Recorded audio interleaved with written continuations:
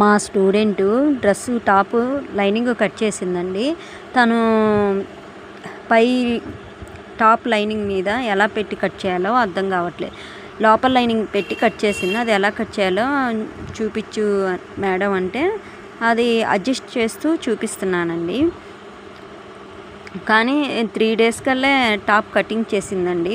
ఒక top stitching చేసింది. ఇదేమో పైపింగ్ వేసి నేర్చుకోవడానికి ఇంకో టాపు స్టిచ్చింగ్ చేస్తుంది. కట్ చేసి స్టిచ్చింగ్ కోసం చూస్తుంది.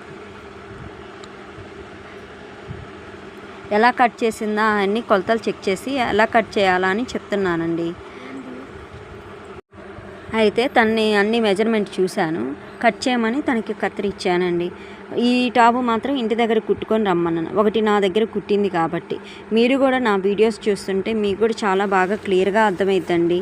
నా ఛానల్ కనుక నచ్చితే లైక్ చేయండి, షేర్ చేయండి, సబ్స్క్రైబ్ చేసుకోండి ఫ్రెండ్స్. వీడియోస్ పెట్టడానికి ఎందుకంటే వెనకాల వచ్చే వాళ్ళు కూడా చూస్తారని ఒక 2 days నుంచి వీడియోస్ పెట్టట్లేదు. టైలరింగ్ క్లాసెస్ అని చెప్తున్నా కదా, ఆ క్లాసులు 1, 2, 3 అని పెట్టేసి చెప్తున్నాను. అవి పెట్టట్లేదు. దానికి తోడు నెట్ కూడా స్లోగా ఉంటుంది. అందుకనే సిమ్ అన్నా మార్చుకుందామని చూస్తున్నా ఫ్రెండ్స్. నా ఛానల్ నేమో మార్చమంటారా వద్దా? ఇంకేంటి సంగతులు ఫ్రెండ్స్? నేను చెప్పే విధానం అర్థమవుతుందా మీకు?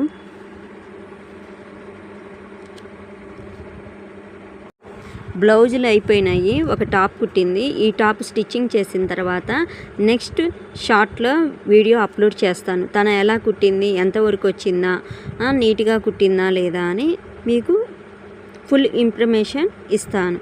Thank you. నా వీడియో చూసినందుకు ధన్యవాదాలు.